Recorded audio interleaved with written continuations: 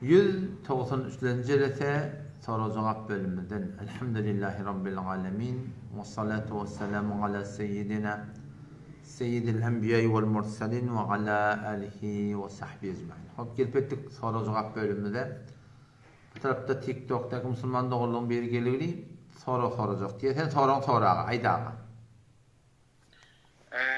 Ahuna men bir arada Türkiye'de kimliksiz olduğum için cezaevine düştüm, yani hapishanede 5 ay yattım, geri göndermede. Hava. O yerde Afganistanlı Türkmen doğumlarımız var, hemmesinden bir sağlamlaştık, zat ettik, köp vaktimiz oldu.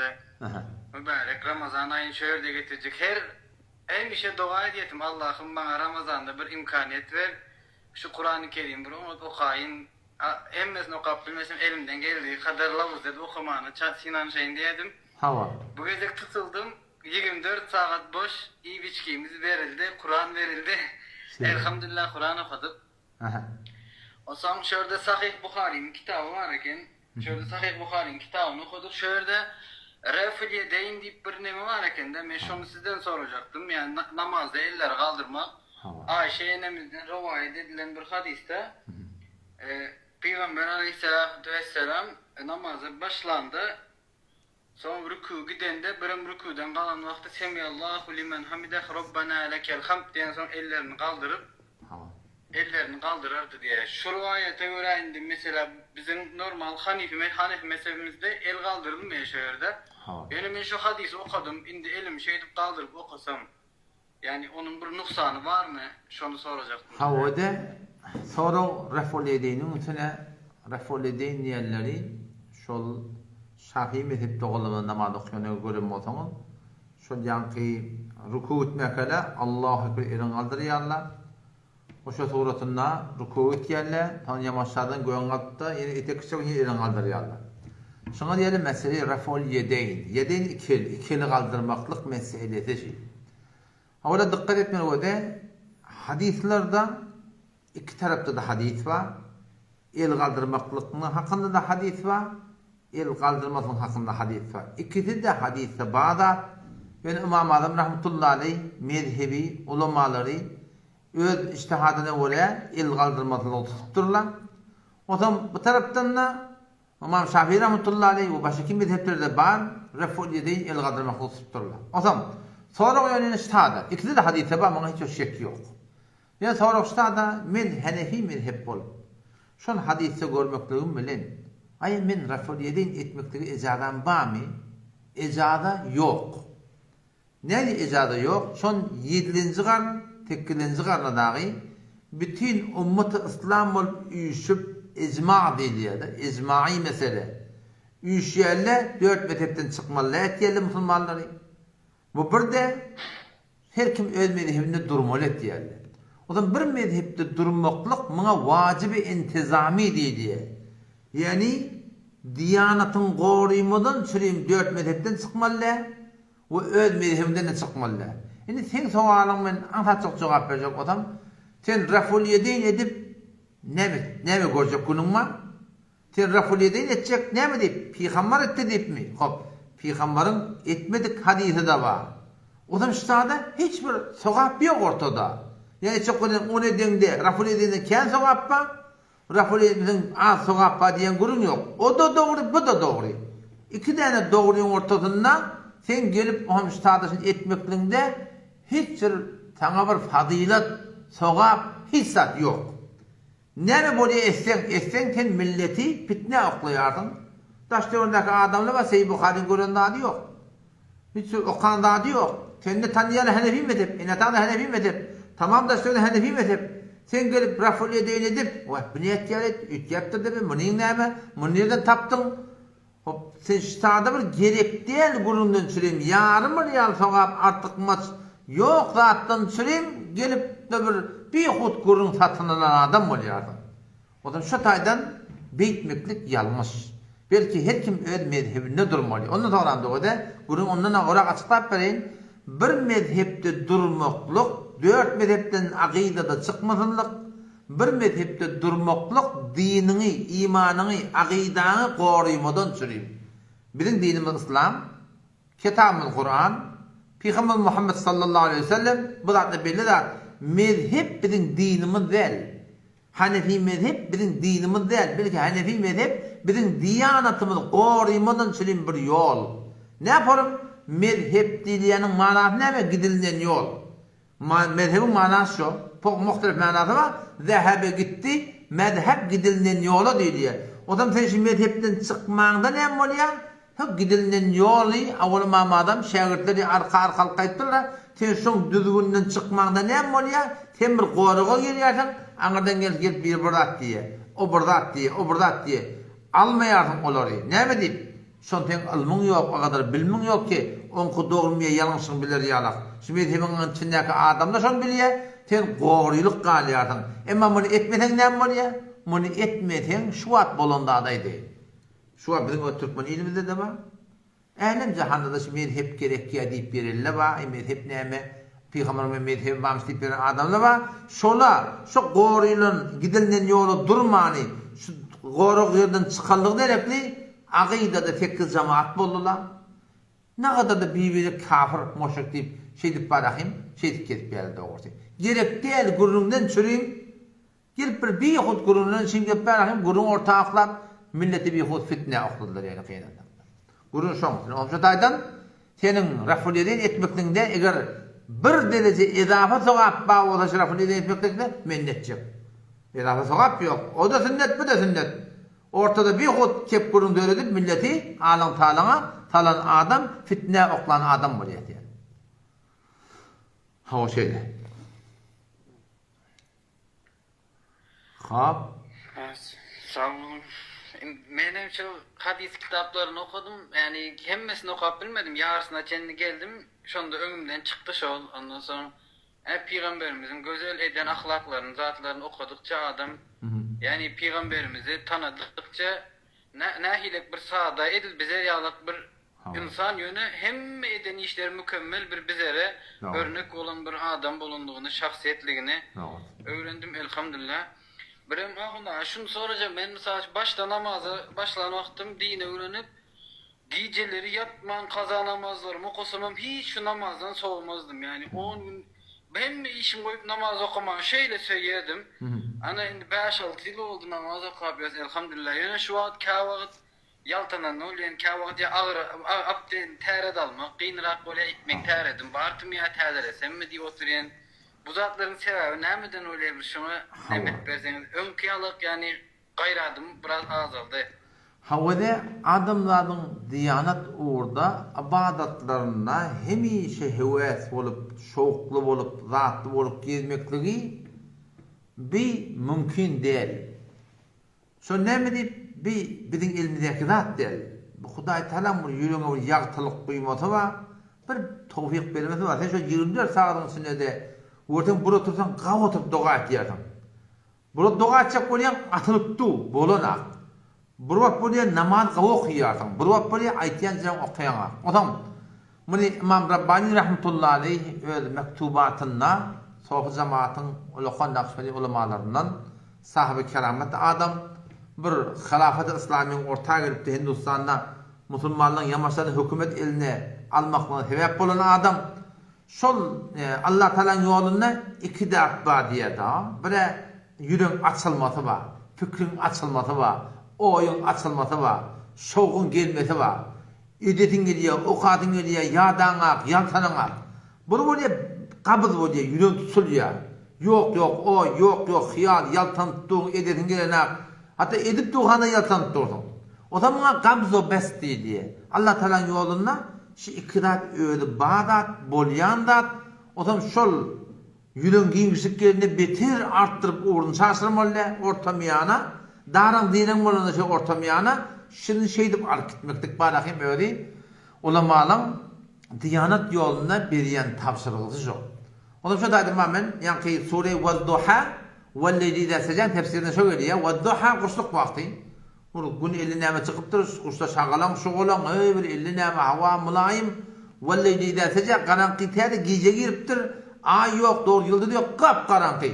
Allah Teala'nın yolunda şu ikidat bize geliyor. Tabii alıp bar yani hak bolsa şu ikidat geliyor. Bura yürek giymiştik. Bir wagt ýürek daryň diýlendik. Bir wagt şowk gelýär, bir wagt sowukluk gelýär.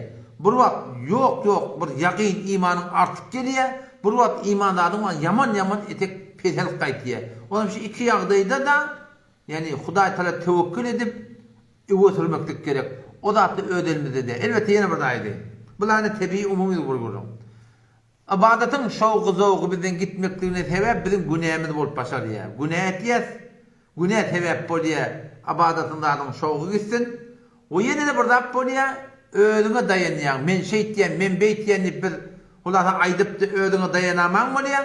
Şu bir hon özüňe tekabbür, gurur almaklyk da şu da sebäp bolýar adamlardan tawfigyň almaklygyna gynandak. Sağ olun ahuna. Şurada merdan kurban deyip burada olmamız var. Eken sonra verecek diye de onu yukarı çıkacak olayım ya yazacak olayım düşünmem. Bir sonra bir gelecek mi kaya? Men bir tane bir sonra var onu cevap verin öyle yakın gelecek mi yazacak? Cevap verin hazır yazar. Ha, bir tane bir sonra var benim için onu bir okuyayım. Bir Müslüman doğamı deyiptir, ben deyiptir pişigim var diye de. Bizim Türkmenler almadan onu pişik de diyerler, mişik de diyerler, haydın diyeceksin diyemeli. Onu tutsan iyi deyiptir. Namaz okuyamda gelip egin başıma degiye haram bolýam ýok da agdynda belli bir görüp duran nejaset bolmasa pişiň agdy haram diýen ol öldür arasy heýwan ýene de adany heýwer arasylap zat edip haramda gelip de egin başyna degilmende onda hiç bir kemçilik ýok yani haýatynda. Bu taýda musulman dogumynyň ýene bir diýipdir ki şi denany olan uşak yolun uğruna oturuyor. Şon hakkında kepli atan deyiptirler da. Dıkkaydı Müslüman da olanmadı. Kur'an'a gerek kalta denanı zamatın kıyaman uğruna oturmaklığı %100 günahkarçılık. Şon Allah Teala Kur'an'na وَقَرْنَ فِي بُيُوتِكُنَّ ey denanılar Peygamber'in denanlarını tavsiyettiriyor Allah Teala. Peygamber'in helelini şey dilemmoda kalın helelini nemet onunla. وَقَرْنَ فِي بُيُوتِكُنَّ öylüğünde oturun deyiptir Hudaý Teala. ولا تبرجن تبرج الجاهلية الأولى. O Müslüman sıktın evçe heleyle çargıdın defetini oklap şöyle yakadın koyuk edip daha dedip bu forumda aşağıya çıkmayın diye Hudaý Teala. وَاَقِمْنَا الصَّلَاةَ وَاَتِينَ الزَّكَاةَ وَاَتِعْمَ اللّٰهَ وَرَسُولَهُ namazı doğru okuyun. Zekatınızı verin. Şu forum Allah Teala isteyişi getirir arasalatın diye. O da şu forum bir Türkmen idarasında yolun uğruna ikindinin akşam yerine burada yönü bir hicabın raayet edip oturmaklığının ödü de günahkarçılık. Çünkü Hudaý Teala Kur'an'da وَقَرْنَ فِي بُيُوتِكُنَّ öylüğünde turun deyipti. Ondan sonra da bir وَلَا teberruc yani avadallıkları köykede oturmaklık. Bu da ki bir ayratim bir günahkarçılık. Buna Müslümançılıkta bu günahkarçılıktan hiçbir şey yok. Ama bir yerde bir namus var, gayrat var, haya var, utanç var. Ben heyran doğurtayım. Ağa sen Kur'an'dan haberin yok değil la. Müslümançılığın hadisten haberin yok değil.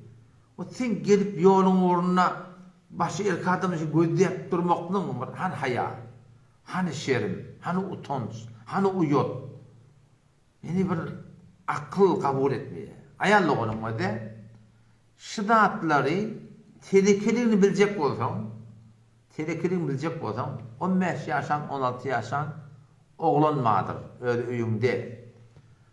Sen iki kıyıdını yolun uğruna oturtuyarsın, kıyıdın her formu bağda aynen gelip bir oğlundan sonra. Oğul milletin kıyıda oğluna gelip bir taşından görüyorsun sen vütküte bolanak mı? Oğul sen şehvetin edet beriyen berenak mı? Oğul sonra üldün çekip yok yalın gelenak mı? Sen Adamından sonra gelen adamın yalan açamığını sohbet heleyler görünne ne mi diye şoları görünne. Men yani hayat sebep böyle aydatım öyle nak. Şoların içinde ne mi diye. Şun bolup başına ne mi diye ayarlığın. Hani haya, hani şerim. Ten utanmaklık yok mu ki ten gelip her bir erkeğe, herkesin akısa ten avudallığını, ten yağmaşından, ten irinden, evinden ardından görüp, bağışlan doğduğun kısıp, müngürdeni ak çekip, onun yorgununun fikrine girip, bula katı bir telekçilik yani. Hudaý hakkatın yani. On bizim näme Türkmen Müslüman salımının diyanatının yıkılmaklığını sebep kim? Bir ahullah. Biz ahullah diyanatı diýilýär. Biz ahulla diyanatı yıkıyaz. Ne mi diyeyim? Fatih kime ahun? Qarasa Kur'an bilen ak. Qarasa hadis bilen ak. Qarasın ilmi yok. Fatih ahun ağan öz heleyi. Maşini ona ak tabak boloti. Qiyidi, gelni, zadi, yüzü örtülü perde, zat değil. Öz oğlunna saqqal sermek yok. Millet nereden öğrenmeli? Ahun iplerim öz şeydik gelip, köpsi, hemmesi mi yani? Köp şeydik gelip. Şu yapmayın da haber gelip, ahun diyenin bir hal olarak, başka bir yurda gidip bari, yok, işte edip tutuluptur. O şıdatlı sebep oluyor, adamların diyanattan öğrenecek, ne mi diye? Kıyamet diyorlar, yok bolmalı rivayet diyorlar diye, ne mi diye? Ahun öyle kıyametten görünmeli şey diye rivayet diyorlar diye. O kan bir diyanatın Pidel mektebinin idaramında şondan Allah Teala tawfik versin. Allah Teala ihlas versin. Bir gurunları eştiyen al. Yani gurunları aytyan al doğrusu. Allah Teala tawfik versin. Hop o yaksın tamam Müslümandan sorun yazdı mı? Yazdı. Neme deyiptir. Yankın bizim beren sorun var şu olum namazda ka halatlarda adamların şu işaret parmağını kaldıranı görüyen ettehiyatta diye. Şonun sebebi näme ya kaldırmagyny şonu sorajak bolan. Ha evet men hakynda men awwalla inçe açıklap berdim. Ýene musulmanda onu gelipdi. Teşehhüdda, ettehiyatoda şu eşhedü en la ilahe illallah diýende parmağını kaldırmaklyk Peygamber aleyhisselam'ın öz sünneti bi. O zaman muňa elbette haram diýip berildi de ba. Doğru deyip berildi de ba. Keydani diýip bir ketamyz var. Hanefi mezhep boyunca yazılıpdyr. Ýöne şoň içinde 14 ýerde ýalňyş var. Biz şoň 14-ni çykaryp goýduk mezhebe ters. Gaw kitaplarynda onda. Ýöne ýalňyşy kan içinde. O şoň bir ýalňyş ýerde näme? Şol işaret etmeklik diye haram diýipdir da. Ama ne yapalım haram bolmaly ki ehli hadis, ehli hadisin kıyar işaret etmek haram diýipdir o da. Ýöne haram diýen ýok ki ehli hadis diýerler. Ehli hadis diýer mezhep gerek edip berildi. İşaret edende ne kadar şeyle barmakdan bir yerde goýnak. Şolay ala haram diýen maly. Bu ýaşy oýun bolur. Allah melekleri rahmetullahi aleyh Şerh-i Kayan haşiyetinde 169 sefer 170 seferinde yani fıkıh keydanyň yadan adamyň hakynda ýaşy gümen bolmasa şol adam ki işaret etmekdige haram diýipdir diye ýaşy gümen bolmasyn diye sen kafir diýip hökm eden bolmaňa diýipdir. Hudaý taýdan. O zaman şu daýdan işaret etmekde Peygamberden mübarek sünneti. Hanefi mezhep boyunca da ne kadar fıkıh kitaplarda haram diýipdir, oňa gayri mufta bihi diýilýär. Fetaverinden kol ola den. Onu zayıf kavullar. Berdi Allame Şamî rahmetullahi aleyh Reddül Muhtar'da kavuşanısını gurrun edip işaret etmektik İmam Adam'dan da sabit, İmam Muhammed'den de sabit, İmam Ebu Yusuf'dan da sabit. Şimdi hemen sabitlığına itiye o rivayetli ki ortada geliptir. Şu asıl şu teyit edilen kavul ona şu tadımını etmektikten inşallah alad etmektik gerek. Tertibde şeyde o da ne? Elimi koydum. Görttüğünde elim koynası kaldırayım. Olmasa o da inerdik şeyde. التحيات نقبلها السلام عليك أيها النبي ورحمة الله وبركاته السلام علينا وعلى عباد الله الصالحين وده أشهد دين يغنب بشيان أشهد أن لا إله وينقدر يعني إلا الله إتكتر يعني بارمق دوستان شيء ده وده إكبار مقالة شيء ده جوليا وده شيء ده وليا شيء ده أشهد أن لا إله إلا الله إتكتر يعني شو ترتيب سنة Hanefi mezhepte şoň sünne fetva berilipdir. 3 form hadise wara Allah melekleri rahmetullahi aleyh Şerh-i Kayan haşiyeden içine öyle 3 form işaret etmektik var. Hanefi mezhep şu yankını tutup durur. İnki doğrusu şu diye baytiyallah. Hava şeyle. La ilahe illallah deyip bir doğunumuz soraptır ahuna. Ölü bu günümüzde adamlar ölülere köp sığınıya ölülerden kömek isleýär. Bunun şirkligini bilmeýärler mi? Yani bunun köpelmeginin sebebi näme diye halkymyzyň arasında ölüden kömek islemäniň. İl arasında, Türkmen il arasında ölen adamları çağırmaklygyň köpelmekligine sebep ehli hakyň umumy suratynda sükut etmekligi, keplemeseligi. Ya keplemeklige ýagdaýynyň ýoklugy. Şu bizim Türkmen il aramyzda da şu ölüler çağırıp berildi. Bak. Emma ölün çağırmak doğru değerini bilip beren ulumany da adı. Ýöne kynansak da şolary ki şonu bilýärler, şolara garşy çykyp şolan aýtýan keplerini açyklap, aýdyp, diýip, dikleşip beren az. Aýta sobraň başynda aýtýar, imitin başynda aýtýar, şo taýda şodasan galýa, milletde bugünün habary ýok. Ola hamr sebäbi biz ulamalaryň şu hak aýtmaklykda we ähli batylyň şuna meňdeş kepleri aýdyp da barahyň suratynda ýüze çykanda şoň aýdan kepine yekan jogap bermeklik şoňa edilen kemçilik. Elbetde men ähli batyly bolary musulman edip durmaz, musulman dogurlamız bular. Oňa hiç şek ýok. Ýöne gurun şoň üstüneki şol gaty bir ýalňyş. Şonuň bir atdy bar da bilýärmi? Türkmenler şol bir ay falan öwde ýetişe wori, birdade de wor dip çagyrýarlar bilýärmi? Falan öwde niýede şu var? Oda Kur'an dinille bile hekayet destan koy kenara. Peygamberimizin hadisi Kur'an'a ters olsa şonlar hem kenara koymalı ettir Peygamberimizin öýüdi. Şo näme diýip yalandan tepleme berden becerilen hadisler de var Müslümanda oldu. O bir hekayet destanları iki ortada bakı Kur'an'a ters bulanlar ati ýalňyş yani Mahtum Şahirde diye şuuruna tevekkülünler bular endişe maya gevunun eýberme her haýdy zaya barsanyň daýanjy kadir Allah'a Allah'dan ölüge töýenji bolma diýipdir. Sen şu wagt oturanda otyň, ol ede de oglaň uşakda oty ýatyrlar şu wagt. Men şu şolar çağırdım yatan adam. Eşden akta. Eşitmeýänden sen näme çağırjak? Eşitmeýän dilin çağırmaýardym. Ola kim neçe kilometr aňyrda öňe görüpdi. Men eşden ak çağırmaýam. Näme çağırmaýam? Eşden akta eşitmesen näme adam ýetişmeli. Ho ölküden adam ölkütdirler kardeş. Ola niye dahil? Bula ham gatty bir ýalňyş. Kur'ana barsak 116-njy aýet, 117-njy aýet, 118-njy aýet Sure-i Maide 120 aýet. Şoň inki ahirki aýetler bardan okuýun. Erti kıyamatun Allah Teala İsa aleyhisselam bilen enesini getirjek. O şondan sorjak ente qulta lin-nas sen aýtdyň adamlar sen ilah tutullar senin enen ilah tutullar diýip. Ya Allah biz beýle bir aýdymda we kuntu aleyhim şehida ya Allah şaýatdym bolup berselerine ben İsrailiň ma'dum tabi manamik araranadım diye. Ararana kamyar bil habar madi felemma ve tewaffaytni yasifenetin bulağını götürdüm kunten terraqib aleyhim. Sen negabanyň men zatdan habarym ýok diýip. Onça taýdan çok goýan İsa peýgamberiň gurumi. Ulul azim peýgamber ödhin ölenle ýok. Asmana Hudaý taşa taklap goýupdyr. Şol İsa bilen çağıryp berler, ýalwaryp berler, sygynyp berler. Men habarym ýok diýdi bilýärmi? Oýun ilah bilýärler, İsa peýgamber bir ilah bilmän çağırýar. O guru oňsyny da kardeş Kur'an diýipdi, İsa peýgamber men habarym ýok diýär. İsa peýgamber habary ýok, o da ewliýanyň näme habar bolmaly kardeş. Delil gerek, daha delil. Ay Hudaý getirdi getiramady.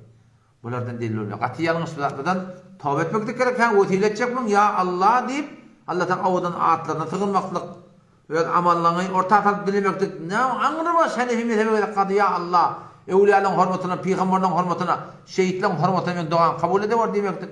Şoňa ejazy we mundan ilat ýok. Mundan aňyrda öller çağırmalyň gunuň beýle bir seni himmetepdi ýok. Belki ama adamyň agydasy da dogry diýär. Ama adamın aqidati hendiyede geligili, Reddul Muhtar'da geligili, oşa doğrutunda, yani El-Muhidul Burhan'da geligili, la yenbagi li ahadin dip, açıklap aydıptır. Hiç kim Hudaýdan çağırmakla İmam Adam Rahmetullahi izade vermeptir. Kur'an'ın aqidanı İmam Adam çıkarıp näme diye? Velillahil esmaul husna Allah Teala öýüt Kur'an'da 180-nji aýet Sure Enfal'da geliyor. Velillahil esmaul husna Allah Teala awdan atlary var. Fed'uhu biha Allah awdan atlaryny çağırın diýipdir. Ya behawettin dip çağırıp men maksadym Hudaý. O sen neger maksadym Hudaýlyk mı behawettin men nämişim ma? Men Hudaý Teala bir ady behawettin mi giden? Ya behawettin diýende Hudaý maksadym bolar ya Allah.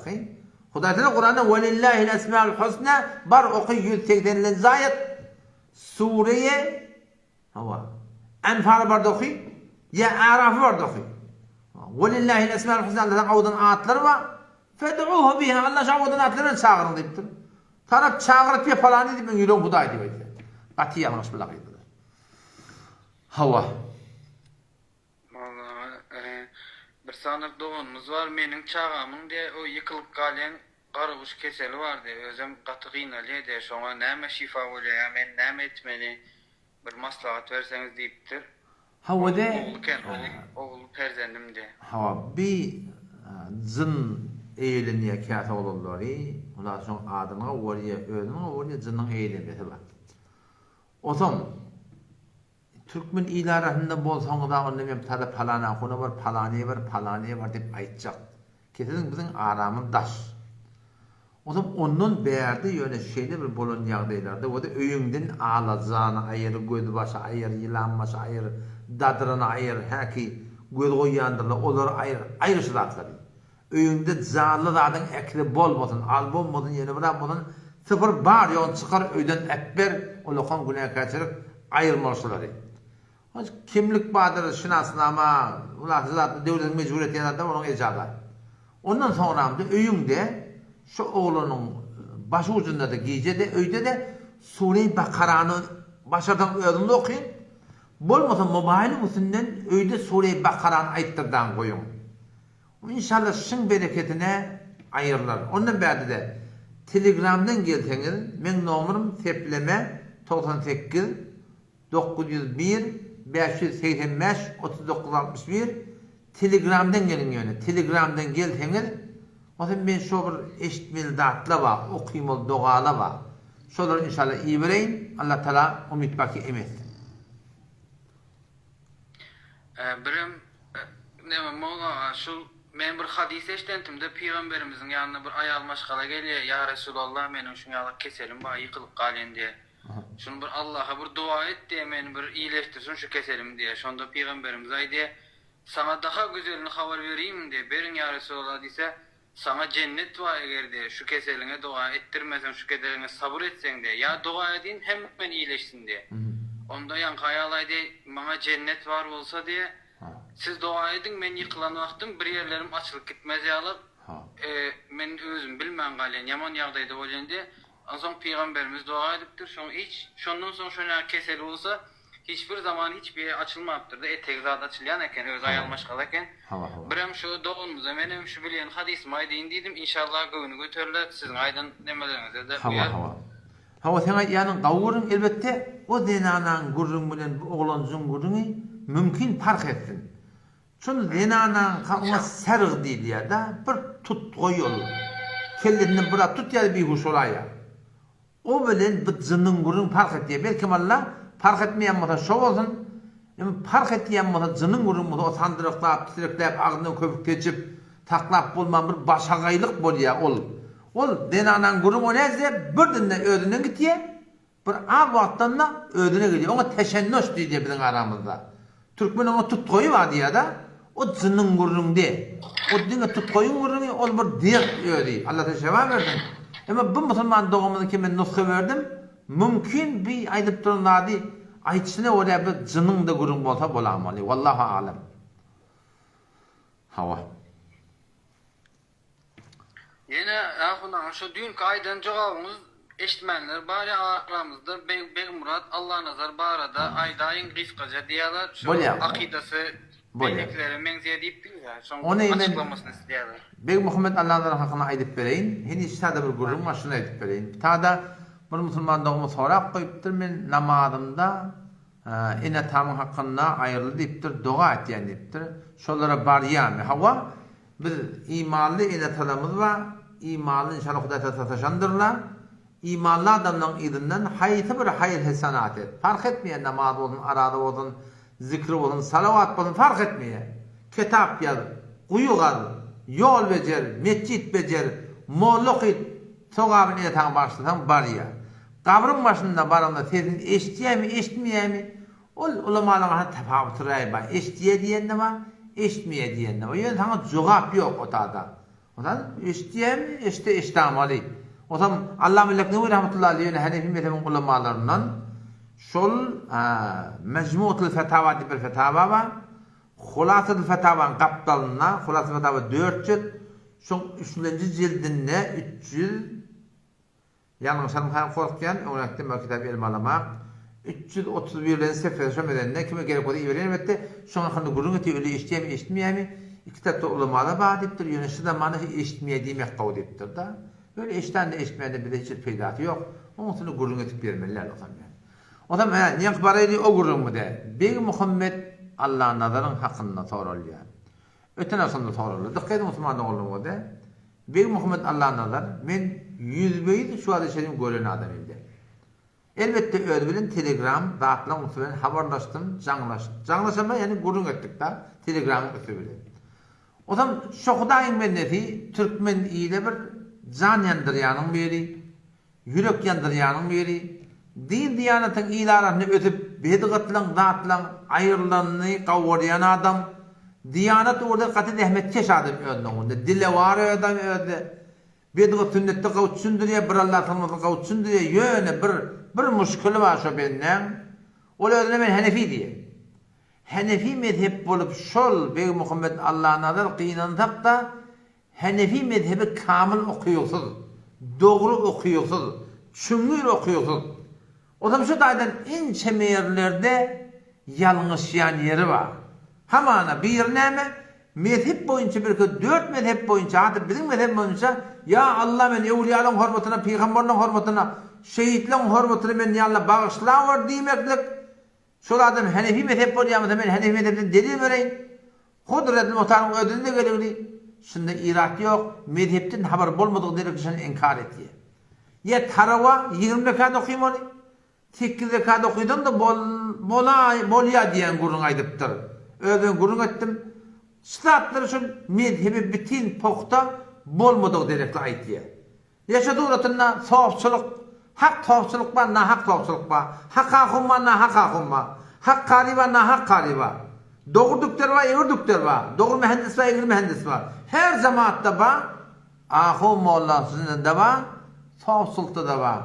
Hanefi mezhep bolup gelip imam adam şagirdleri, 4 mezhep imamları. Şulan hemmesi bir dilil bilen sabit şuda tofçulukta kadam ardan adam. Tofçulukta bolan adam, tofçulukta kol veren adam, belki tofçulukta kol alan adam. Kıyınan takta şol Hanefi mezhebin ulamalarını pokta okuymadık derekli. Şu tuğrasında var ahim şey, ortak şalatları inkar ettik etmiyor. Ya hamana bir Hanefi mezhep Eş'ari, Maturidi bir o Şafii o doğru Eş'ari. Ortak şu orada doğru alımı bolmadık derekli. Eş'ari Maturidi'nin bir doğru diye, eğir diye baytiyat. Meni kim ki Eş'ari Maturidi'nin iradınlar yalak. Eğer sen doğru Hanefi mezhep bolýanmasam Maturidi'liğine ananarsın, Eş'ariliğine ha, Eş'ari Maturidi'den de şolun öz haddinde ulamalarımız ve Hanefi mezhep boyunca şola haydi bir hata dedik, şolun hatasını şola almalı bolar. Ne Allah mezhep adamları iki baş doğrultusunda şun kitaplarını okuyup şolun aydınlamalahim doğru hadim. O tövbe kıyıtkadi. Şu Hudaýyň benneti ödüne onu zehmetkeş adam, ödü Hanefi mezhep biliyor, yöne mezhep boyunca çüngür alımı bolmadık derekli, okuymadık derekli, şu barahim kıyınan takta inçemeyede yalnışıp barahim bir yalnış duygular orta okluğu. Yani bir aydan o da bir Allah'a sığınmaklık, onun hakkında Hanefi mezhebin aqidası şu. Evliyaları çağırmak doğru değil. O Hanefi mezhebde aqidası ol. Yani yansıyan yerler bakıyınan takta. Hava. Okapereyn mahuna sorum. Bir lehte taklaştadı bir soru soraptır. Soğabım ne yaparım bağışlamalı ettir da. Hamane men şu at gurun verip otayım. Gurun verip, Huda için orta geldim, Allah'ta razı olsun. İnerlekim gurunun toran elimi kaldırıp, Ya Rabbi Allah, şu gece vakt koydum Müslüman doğullama, sen razı edecek deyip. Ya Allah, şu gece benim gurunumun soğabını ne şey bulunmadı Ya Rabbi Allah, ağırı özhadan kabul ettim. Enemin ruhuna bağışlayan, atamın ruhuna bağışlayan deyip. Şöyle sadece bir gurrun yöne, bir gurrunma dua etmekten bir tertibi var. Dua eden önce Allah'tan evyen ya Rahman, ya Kerim, ya Alim, ya Şakur. Ne yapalım Huday'tan evvilten ev, kavuluk bilen, Peygamber'in salavatı ver, sonra ya Rabbi Allah di, duan et. Sonra bağışlayacak mı, ya bırak dilecek mi? Sonra da yine salavatı ver, kavul olsun yüzüne oturup diyerten. O zaman sonra bağışlamaklıkta hamana, sen bir Kur'an hatmet ettirin, şunu sonra bir eline bağışlayacak, atağına bağışlayacak mı? 10 adam bağışlayacak mı? 100 adam bağışlayacak mı? 1000 adam fark etmeye. Şunu hemmetine sonra den var ya diye. O da vakti şeyle bolýan bolsa biz ne bilip sonra bağışlamakta bakıçılık edeydi. Men şöyle Kur'an okuyayım da ya, sonra bağışlandı men umumen awala adam ata, toňta Peygamberimiz hemme peygamberlerden ruhlarına ene ata doğan kardeşim şunu musulmanmıştık. Şunun ruhlarına tamam bitin musulman hemme erkekler aniki musulman ülüp gidipdirler ýerde. Ya ba işte hem de ruhunu bağışla deyip ben dua ettim. Ne mi deyip? Şu kitapta gelen açı Fetava-i Fediye'de de geliyor. Allah'ın fazlından son mu itbâ ki? Sokak bağışlanmada adat mısın? Ona varanına oman böyle kolye diyen kurun yok. Yüze varanına sen Kur'an hatmın yüze böyle kolye diyen kurun yok da. Onda ben ne bakışlık etmeli? Şu tuğrutunda hemmetine bilirlikte bağışlamaklık gerek. Sen okuyup belağa sonra mı?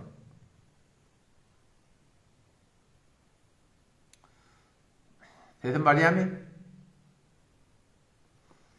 Geliyor sesiniz. Soraptır şu 3-7-40 bu arada yani şunu aydıp verseniz şunu etmek bolyarım deyip de burada olmamızdan men ayağımda kuğru ağrı var ona näme etse olur deyip soraptır 2 saat sonra var şolar birden okap ber aynı kisini. Ola ayakta kuğru ağrı bolmaklık elbette bir tebiplen işi. Yani men ö tecrübem hecamat ba. Peygamber Aleyhisselam'ın sünneti. Peygamber Allah Teala ve Teala cenneti zâdı koyup bana asmana alıp gidenler. Sonra her ferişteye geçtim diye Peygamberimiz ummetine aytti etti, hecamet etti aytti diye. Onun için de ağrıyan yerinin baldırı olsun, buğut olsun, yan başının kaptarı olsun, şol hecamet etse inşallah Teala, umit be Huday Teala şefa versin. O zaman ol yankı soru, ay 40-100 yıl doğru mu? Doğru de. Ne doğru de? Çünkü Peygamberin sünneti ne öyle de? Biz ehli sünnet da. Ehli sünnette sünnete göre amel etmeli. Sünnet ne mi Peygamber Aleyhisselam'ın sünneti? Peygamber'in sünneti öyle sonra başlamak olanla gün bellemeli, ay bellemeli, yıl bellemeli, hafta bellemeli, hesap bellemeli. Adam da uyuşurmeli. Ha, o banda garip vardır, muhtaç vardır, yetim vardır. Ekidip şolara beri vermeli. Bizim Türkmenilerden de ay 40 yüdüldüm adamlar uyuşuruyorlar. Buna kitap sadaka demiye. Ve yukra ittikâd ziyafa buna ziyafat diye. Ahutçılığın ziyafatı var diyorlar ha. Karıçılığın ziyafatı var. Ziyafatta sen bak imani ecadan mı? Ekitmeni ecadan yok. Ekitecek ondan sonra mı? Ölülere sadaka verecek deyip adamlar çağırıyor. Kitap bana sadaka demeye. Kitap ziyafat diye. O bir de günahkarçılık deyiptir. Öyle sadaka verecek mi? Sadaka diye eltip ver diyemme. Şonku oluyor. Satacak mı? Satsın. Ekidip başını verecek mi? Versin. O zaman şu taydan bu dağıtlarda yarım oraya soğa ama yok. Duruşu öyle günahkarçılık. Bu dağıtlardan külün tövbe etmek gerek. Yani. Asıl doğru dedi. Hava şeyle. Ha. Tada maşattiyade de burada deyiptir. Maşattiyade deyiptir ki sonra cevap olsa başta eylem etsen qavdiye mi diye adam. Mene maşatcan doğrusu öten akşamda nakhasta. Ben öten akşamda şu live verecektim. Türkmenistan'da doğallam bir yerine bir soruna cevap verdim. Bir çalıştı gidiverdi o. Bir saat ustalıktayı vardı. Sonra o live'ımda kaldı bir gece bir bölüm verdim. Bir gece de şoförüm bir live koymaklık yardımda yoktu doğrusu. Yani live olayan kıymaklı müşahirin kılan ayıttım da tadın adı gelip dururlar ve sonra geçecektim. Bununla başladıklar. İnşallah bundan böyle ayratayım bir sonra cevap olsa inşallah tada aydan inşallah. Hop, qarıoğlum sorağım mı yanında? Var. Bir sanak Müslüman doğanımız soraptır. Müslümanlara dozak bakı mı ya vaatlayın mı deyip soraptır. Ha, sorun şunusunu ki Müslüman adamlara cehennem dozak ebedi baki mi ya vaatlı mı deyip de o da eğer adam Müslümanlar imanlı şu dünyadan gitseler cehennem baki değil. Ahırda şu imanın bereketine günahlarının barabarlarını yanıp bişip Allah koyun şuradan bolmadan ahır çıkacaklar. Yönüm Müslüman bolup geçmede vurun var. Peygamber Aleyhisselam diye adamla 4 form deyiptir. 4 form adam var. Ne yaparım? Müslüman dünyaya geliyor. Müslüman dünyadan gittiye deyiptir. Kafir dünyaya geliyor. Yani kafir oluyor da. Kafir dünyadan gittiye deyiptir. Kafir dünyaya geliyor. Müslüman dünyadan gittiye deyiptir. Bu da kişi bağlat öyle. Kafir Müslüman oluyor. Sonra dördüncüsü yaman. Müslüman dünyaya geliyor. Kafir dünyadan gittiye deyiptir. Ama Allah saklasın. Şolardan bolmadan Kur'an'da sure var. Sure-i Münafikun. Adı Müslümanlar, Müslüman değil yani. Yani la ilahe illallah diye. Kim ola? Gidin Kur'an'ı okuyun da haydi bir ayday. Ha, on şu taydan manakim Musulman bolup Musulman dünyadan gitsek cehennem baki del ahirde inşallah imanın bereketinde bir çıkacak inşallah. Emma adam Musulman bolup imanı gitse Hudaý hakikaten ebedi cehennem. O da belki kafirlerden ne etekti. Fiddelkil esfeli minen nar. Allah'ın en cehennemin eteğine alacak deyiptir. Adı Musulmanlar ike imansız gitiptir Hudaý hakikaten. Hava Bir doğanımız 2-3 heleyi almak barada şertini aydıp beraysin dedi soraptı. hava 2 ayal 3 ayal almaklık da ve de gurun şumutuna Allah tebarek ve taala bize denan oğlunmuşun nefakatın borç edip koyuptur. O borç edip koyumdan teneger avvalki denanan harcı borcu hem de zayinne bitgin. Akıl taydan, mal taydan, fikir taydan, oy taydan yağdayın ba. İkileyenci ayal saklamaklığa şunyalık adamları halı ezada yol açık alacak kota alıvermeli. Emma Matı bir adam bir onşukta qalıptır, hinci bir onşuğunun doğru oňormanyä. Şunun her ýyl galygyly, şunu dogruwada hem ýetirilmeli. Yamaş adamyň gapdan ýene bir ýerini alyp, öňküden de biter oglanşam kötebeklik. Bu adamlara beýle bir zat Müslüman oğlum ejady ýok yani. Bir näsemi TikTok'dan dogrulayyn. Hop, şeýle. Vay. Ya Allah, asan etmeni.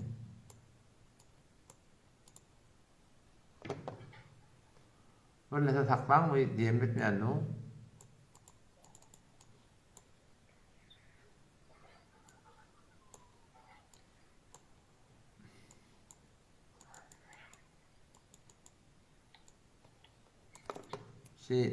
TikTok'un tertibi var.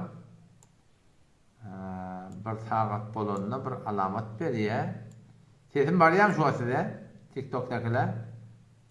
O gelýär. Stad ha boldy, stad bir dappa. Hamar göreyli.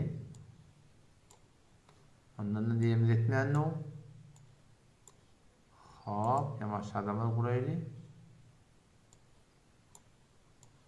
Diýilmeden ak.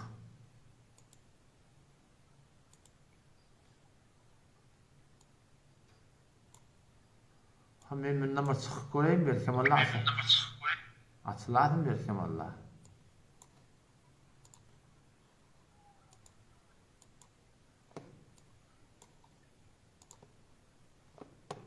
Ha. Yine de başartmadım. Yazamadım.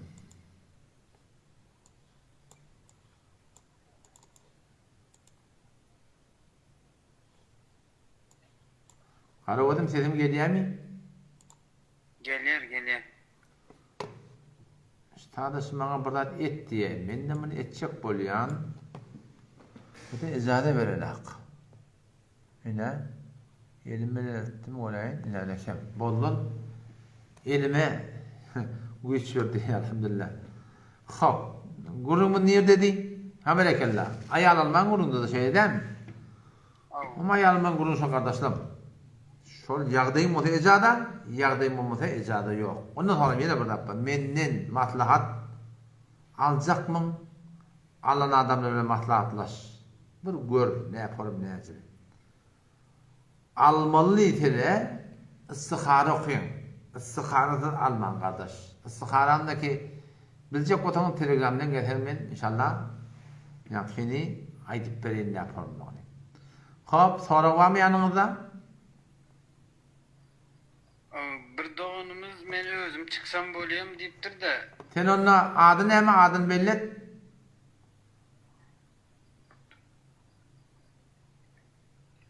Hava. Sen çıkar o zaman. Hello diye. Adı Hello diye. Bolýar. Adı Hello diýip. Bolýar. Sen çıkonna? Bolýar. Men çıkayın siz ona alın. Bolýar inşallah. Teýär bolan. Alı diýip doğanımız ondan soň men alym diye. Alı diýip Bolar, doğanımız var. bolar. İşi son keşe dedik. Bolýar. Hop, göreyli. İnalekem hello hava şeyle. Kaşya inalekem.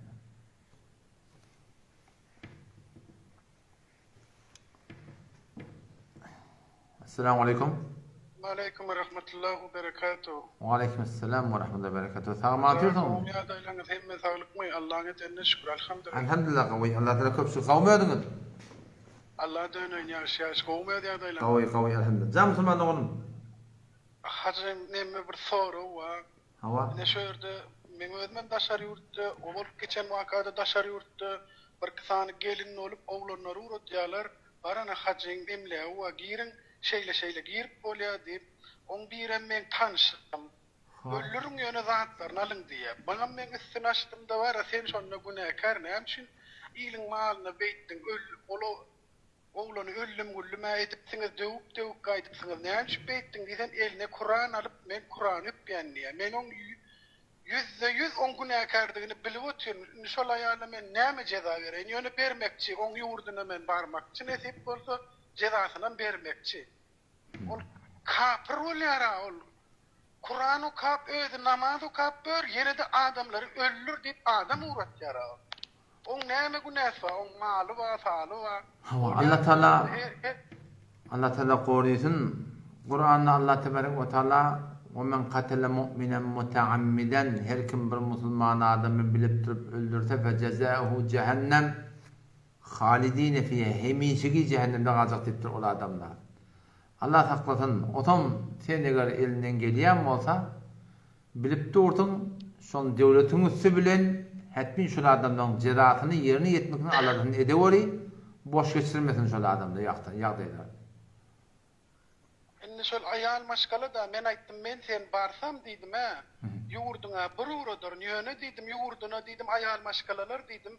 Hemmes dedim öz nehili seni var olsa çoduruşuna gidiyen yöne men sen saçın sıyırı uğratacaktır. Onu bellek koygun dedim ben ona. Ha yo o cüre Men şonu etecektir dedim. Ha dem wede Sebebi olur o adam var öldürün diye uğratıyor. Alın ol adam öllümden bärde yatira dövük yatira. On raskodun kim etti? On çıktacısın kim etmeli? Olum eden işi yanlışını görün yok. Yöne senle düzgünden çıkmalı. Satın terzak parançak yok. Arada devlet vardır, kanun vardır. Elinden geliyor mi? Elinden tut da ya yola salla getir devlete tevil ver. Hükümete tevil ver. Qadiye tevil ver. Hakkı şolun üstünden sağlama var. Bolya mı inşallah? Doğrudan bol hükümet yöne bulara ceza vermeyere bular var o yurtta var kaçak gezip verir hükümet hiç de adam etmeye bana dinle devletine uğradık koyuyor. Şol inşallah. Bolur inşallah. Allah yaranım olsun. Hop başka sorun var mı? Yok sağ olun sağ Bol yarımda sen adam çıkağa sen adam ondan. Ya sağ olun. Bol yar.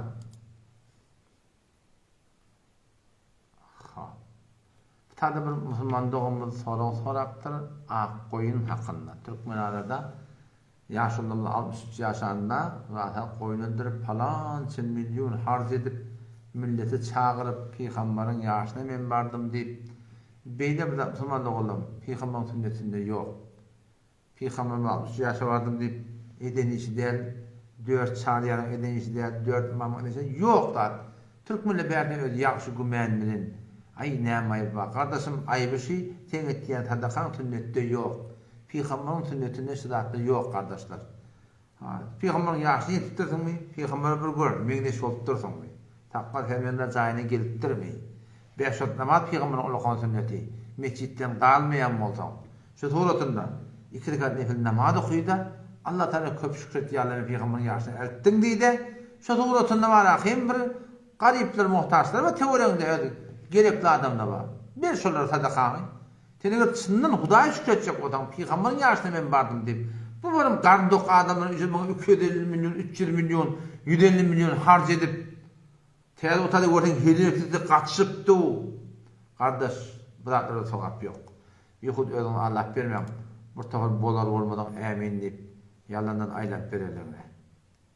Ha. Ben Müslüman dogamy getirjek bolýan göreýin.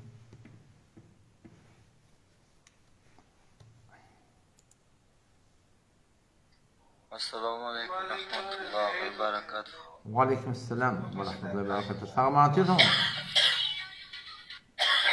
İnşallah, elhamdülillah, koldur Ahuncan. Can qaravadım. Ahuncan. Wa aleykümselam. Wa aleykümselam. Şurada Peygamberimizdin nemesini bilesim geliyada beyleyen vaazında kıyamet var arada. Kıyamatta geçilmeyecek boynundan asılacak güller var arada soracaktım. Hava bire başta Peygamber Aleyhisselatü Vesselam'a dilinde Peygamber zan deyip öğretmeli değil. Şu Peygamber zan demektik bir muhabbetin alameti, bir vaat Allah zan, Peygamber zan deyden di yöne dilimizi salavat öğretmeli. Çünkü Allah Teala'nın öyle Kur'an'da sallu aleyhi deyiptir. Peygamber'e salavat veriptir. Bize ne peydadı var? Biz Allah Teala razı olup salavatı versek bir rahmet Peygamber'e bir dua mı? Sana 10 rahmet inecek diye. Onu bir ödün mehrum etmek sogaptan bir. Ödünü mehrum etmektik da. Onu şu taydın Peygamber zannip dinini öğretmektik. Bir deyip günah mı günah değil. Yani köp sogaptan kalan adam ve ehl-i sünnetin tertibi de değil. Peygamberzan Allah zannediyor. Allah tebareke ve teala demeli. Peygamber Allah Teala yoktur. Allah Celle Celaluhu, Allah Subhanahu ve Teala, Muhammed Mustafa sallallahu aleyhi ve sellem, Peygamber aleyhissalatu vesselam, Muhammed aleyhisselam şifarım denili öğretmeli. O da kıyametin yağdayını gururun vermekte qarıvdım. Bu taati soracağım gururun. O senin bu da gururun onu bir de uzak gururun. O muhakkak ha gururun gerek bolsa sen bana Telegram'da peyam ver. O sen şol mawduunda bana ayt de ver. Şoňa hakkında men inçe beren gururlanma. Sen şolary kulak atma bolarsyň. Bolýan.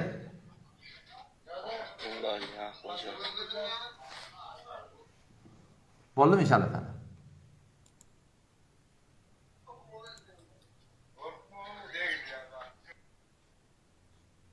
Sesim var yani. Geliyor hocam. Qarıwdym başda soranma mı? Başka. Şurada soraptırlar birse. Şul ahun beylik ahunu başka ahullar bilen diye dava keş şu arada aydın diye. Doğrudur ayet yani. Men amallahun yolma. Elhamdülillah men hafızı Kur'an. Kur'an'ın baştan 30 paranı ya tuttum. Hudaý Teala köp şükür. Ahunçuluktan goýan dedim 2 ýyl edap okuydum. Ona takassus fıkh Hanefi diye, Berdeti'nin hormatı mufti diye. Oşa doğrultuda Türkmen idarasında biz bilen uğurda jahurladı eken, biz bilen tertiş birilirken, bizim tertişen dağıtının olabilen, şol şeriatı tertiş okuyan Mevlud Hanileri var. Ay 40 100 yıl deyip şeriatı mezhep Hanefi'de yokladı, eminip kabul olsun deyip verirler var. Yok evliyalar çağırıp yetişiye birdadet edip başarıya olup verirler var. Şuna meyleş namazdan sünnete amin öldürün dürüdün yolları var. Bir sürü davamız var kardeş ama hayvat köptür hava. Bolya sağ olun hocam. Şurada Ali menü kuralaysınız. Bolya sen onu çıkon lan. Sen çıkon lan. Sen çıkara. Hadi inşallah. Ali nalaydı.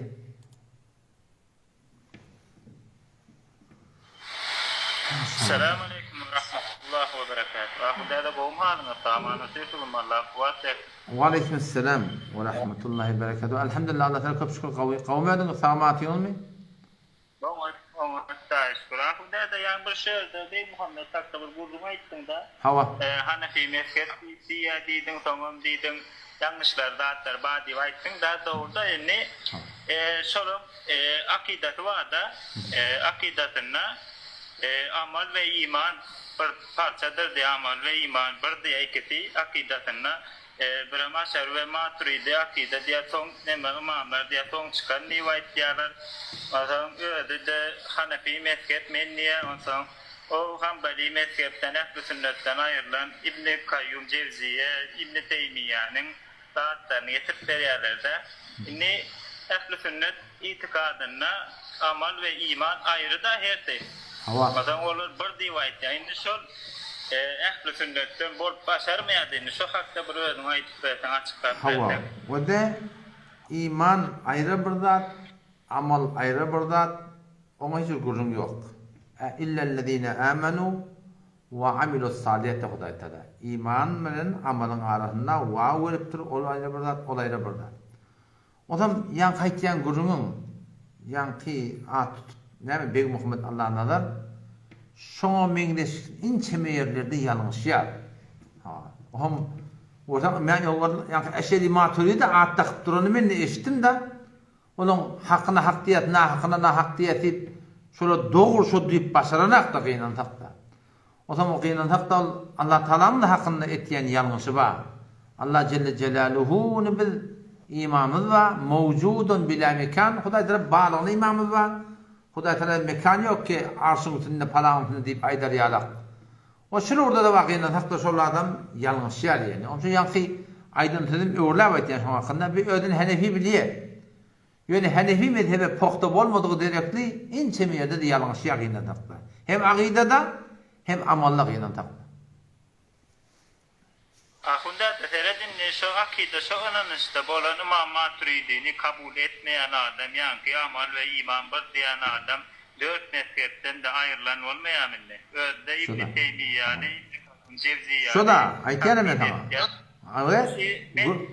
Gurun şoň tune wede ödüm men Hanefi diye ýöne ýalňyşygy. Ne amalla ne aqidada. Eşeri Maturidi'nin düzgünne wede de aqidan takdan inçeme ýerde ýalňyşýar ýani. Hemme ýerde de ýani ýalňyşýan ýerleri bar. Onu aýdyp duran kebine men Hanefi diýdi ýöne alyp barýan sürgünde ýalňyşlary hem aqidada hem amalla görünüp duran atla bar.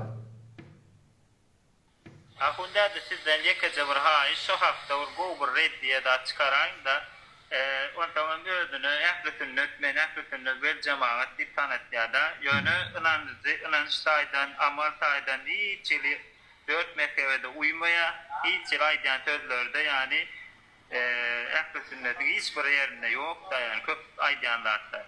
Yani bu Hanefi mezhebine garasyndan da gelen nokta dogry. Şu hakda bir ödüňiz bir reddiýe çykaryp berseňiz inşallah. İnşallah bolar. Göresin inşallah. Bol sağman oturun Allah razı olsun. Bolya. Assalamu alaikum.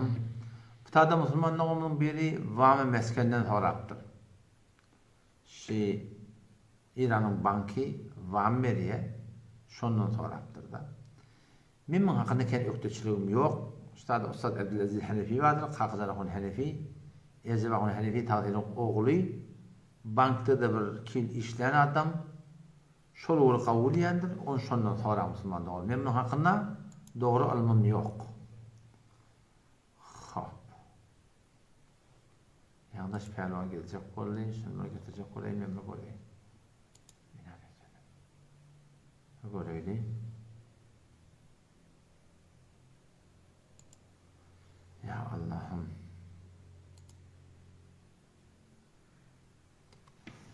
Ya dabbaryan yavaş da. Hatta kudayamot. Gelecek kolu geliyor ne kaldı. Hani.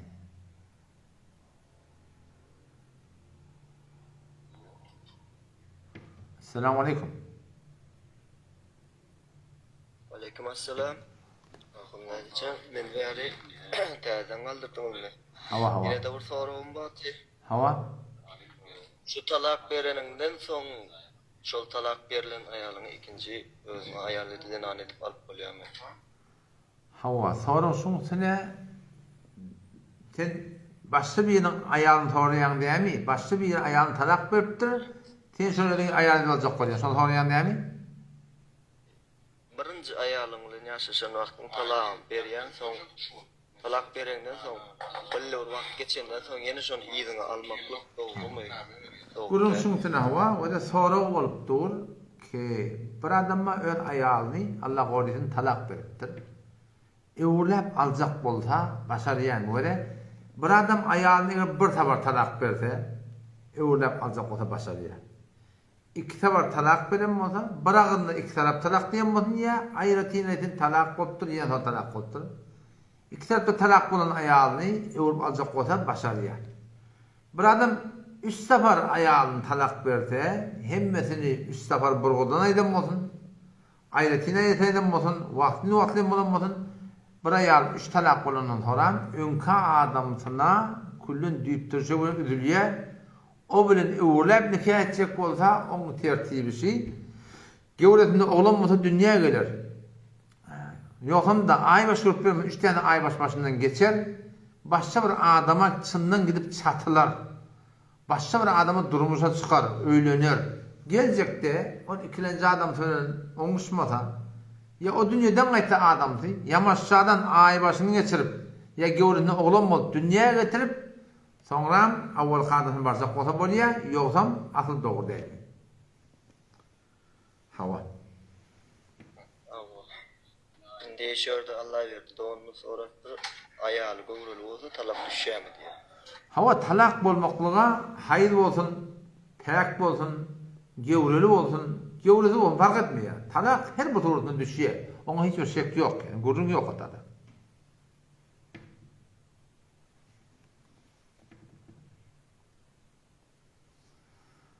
Hop. Zan.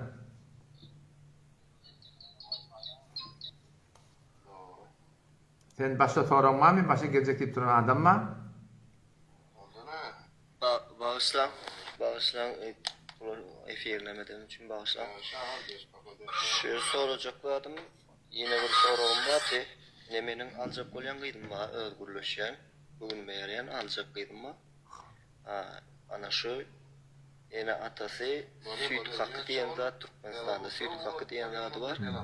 Şol süt hakkını katı ulu koyu otuyorlar. Menin hem gücüm yetmeli için alıp bilemem. Şol doğru mu? Doğru demiş onu bilesin. Awala sen alacak gıydım bilen gürleşmekliğin öğri, Allah'ın günahkarçılık onu etme. Görüp dursun, töyüp dursun. Enin madır, ayarlığının madır, eceken madır, ayçak sözün şolundan aydıp, şu suratında var ahim. Ortada ayçak gürünler bişirişmeli.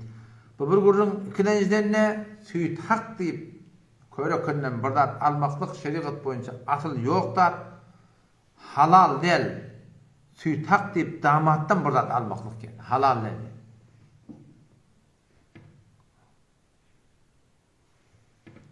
Sağ olun. Şurada kervende onumuz Celal Karim nomun soraktı. Celal Karim nomunu mende yok başta. Mende yok onun nomunu. Hop. Allah'ın derece. Bolýar? İşlemedileri Allah oldu. Sen çıkarıyorum bolýar mı? Hiçbir şey sorumlu cevap veremem. Bolýar. Hudaýla kabul etsin. Selamun aleyküm. Hop, tadı bir musulmanlığımız gelecek bolýar. Adat gelecek bolmaly. Böyle adat gelebilýärmi? Assalamu alaikum wa rahmatullahi wa barakatuh. Wa aleykümselam wa rahmatullahi wa barakatuh. Salam atyrdyň. Alhamdulillah, wa ýaşly özüňe gowmy? Alhamdulillah gowy. Jan garawat işiň bolsa? Şu ýaňrak girdiňde efiriňde Beg Muhammed Allah'na bir bardy, indi dinleýär. Köp saatlar şondan öwrendim. Ýa-ni onam şumal akydasy tersirek diýip eşitdim, nähil bolýan şonu dinlemelimi, dinlemelimi? Howada ýalňyş bolsa ýalňyş diýip bilsen gowul jokdanny. Howada garawadym, gurun şuňsyna ki mene amallahun. Mene bütün millet tanıyarsa bulundur. Men burada hak bilsem adam gözüme görünen hak doğrusu. Bilecek karnım oğlum olsun, doğrum olsun bana fark ederek. Men jort kedik aydıp beriyen her kim de halani. Bila bir gurrum. O zaman şimdi eğer Bey Muhammed Allah'ın arab olsun, men molayın her kim olsun. Şu an bütün ümmet-i İslam'da gurrum etme ulamalı ken. O burdat diye, o burdat diye, o burdat diye her kim arada ken ihtilaf var. Peygamber Aleyhisselam özü aydıptır. Yahudiler 70 bölük bolly, Mesihler 72 bölük bolly, men ümmetim 73 bölük boljak diýipdir. Bolugly. Ya Resulullah haýdak diýenlerine men bilen ýaranymyň ýollayıpdyr. Men ýene ehli sünnet, ýaran wal cemaat, bir ehli sünnet wal cemaat. Ýöne gurun şuňsyna o hemme ehli sünnet wal cemaat diýe, o da şey diýe, o da şey diýe, o da şey diýe. Şu arada sın hakka yetecek bolsak.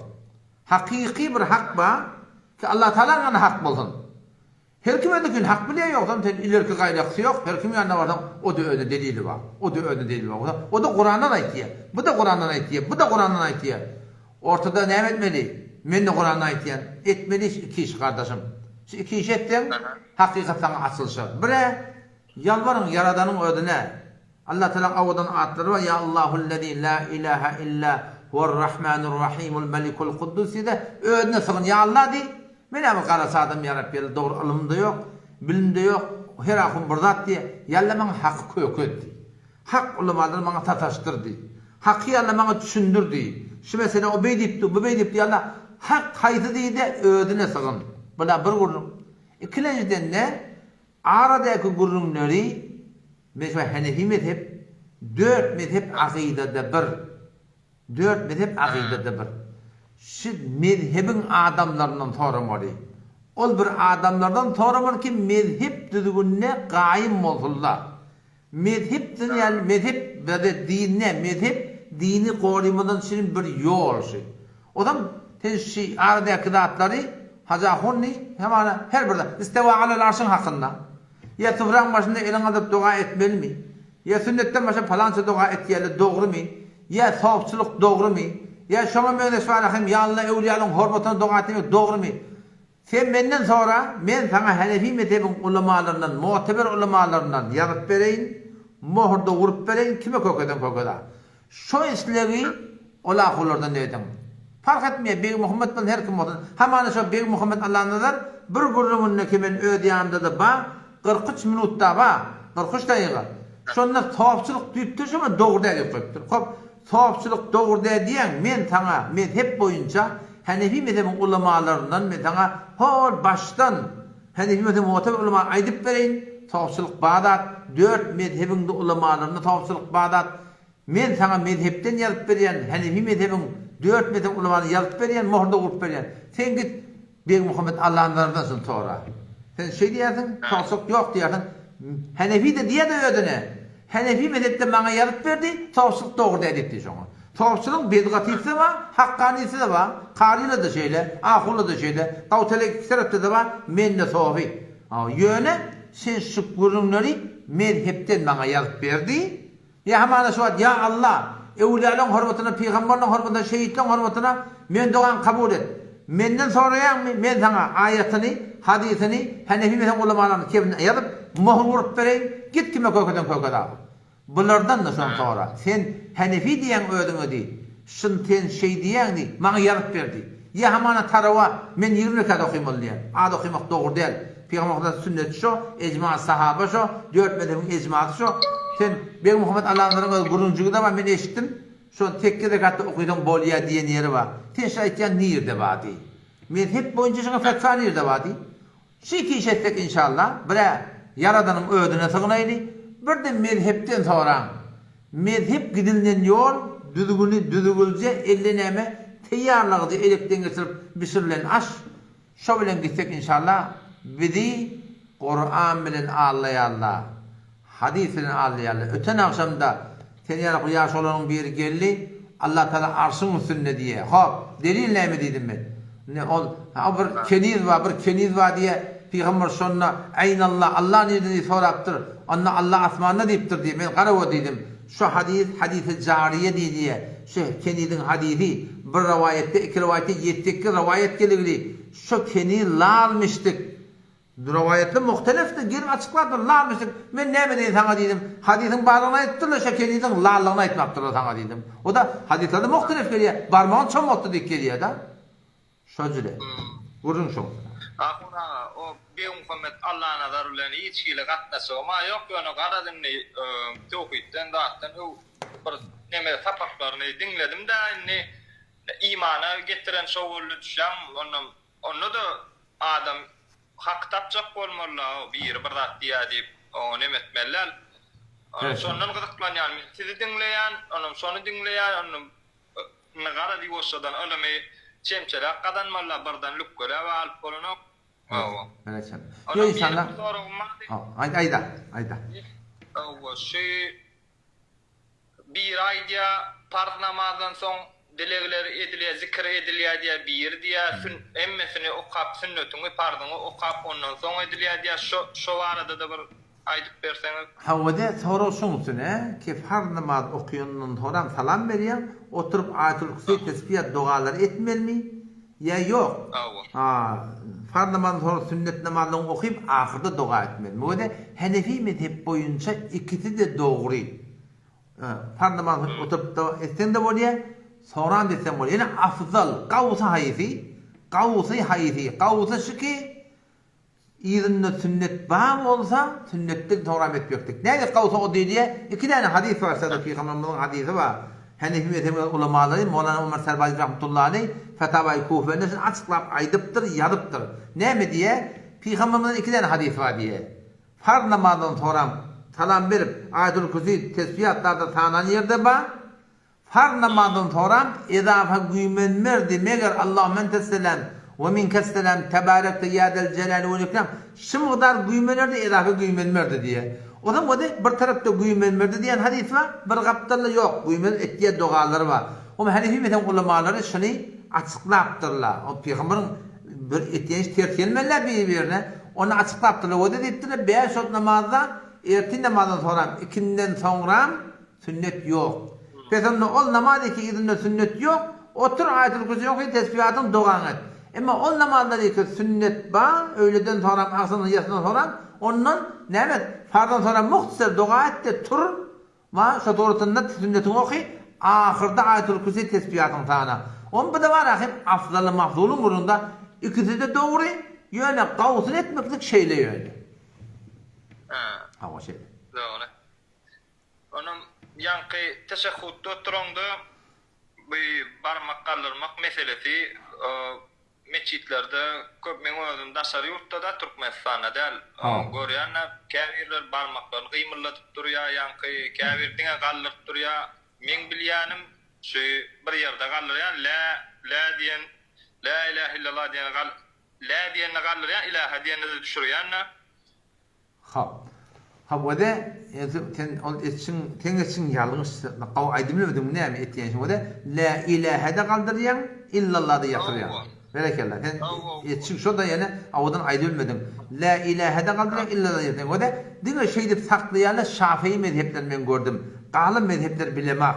Şu da bir reveşi işara. İşara ne form etmeli? Üç form. Şu işaret etmeklik var. Allah Melek Nevi rahmetullahi aleyh Hanefi mezhebin alimi Şerh-i Vakaya 169-170 sefer kaptalına şunu aydıptır.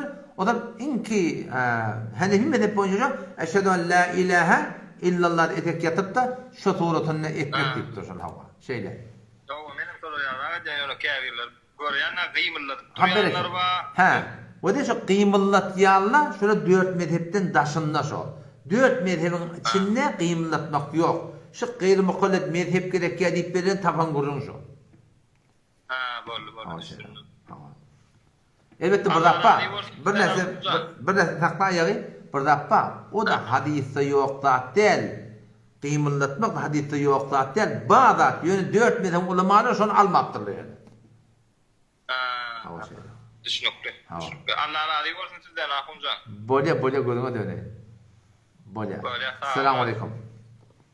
Ve aleykümselam. Maşallah. Ha.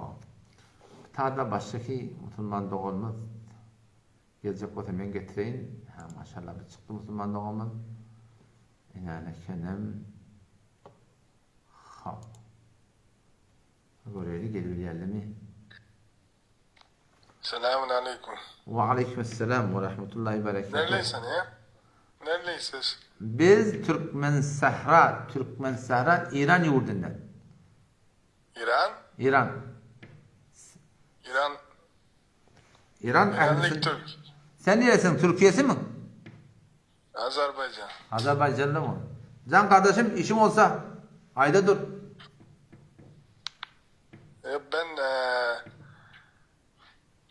Ben Türkiye zamanı sen söyleyipsin ama Afgan o İran prosta tak soğuk soramakçı oldum. Neredeyse? Biz Türkmen. Siz Türklerden bizim bir menimize artıkmas ezafası var. Türkmen biz. Türkmenistan ol Şurevi, Rusya'nın adamları o vakada biz bu tabi İran'da. Türkmen Sahra. Türkmen Sahra mı? Maşallah. Vale. Sağ olun. Vallahi inşallah. Bolya. Cezakumullah. Selamun aleyküm.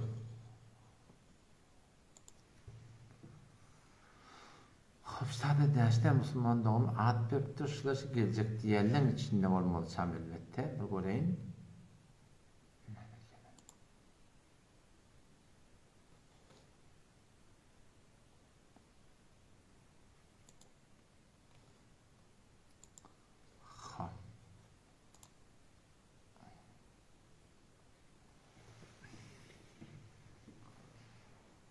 Ahunda da bir yazıptır da ben yalnız demettim gelenim için salam vermedim yanlış anlamam. Celal Kara canım kurban olsun deyip yazıptır da men aýdýan bu söz gaty ulug güne muňa Allah'dan başka canım kurban olsun demek Müslüman akidasında yok doğru gelmeýe diýen önün ay bize yine şu Vahabi deyip bir sana söz oylap tapıptırlar bular. Bir zat bolsa misal üçin sen delil ya olur yanlışını aytsan gönü sen bilen tartışman Vahabi deyip koyberýärler ve olur haklı bolup galýarlar.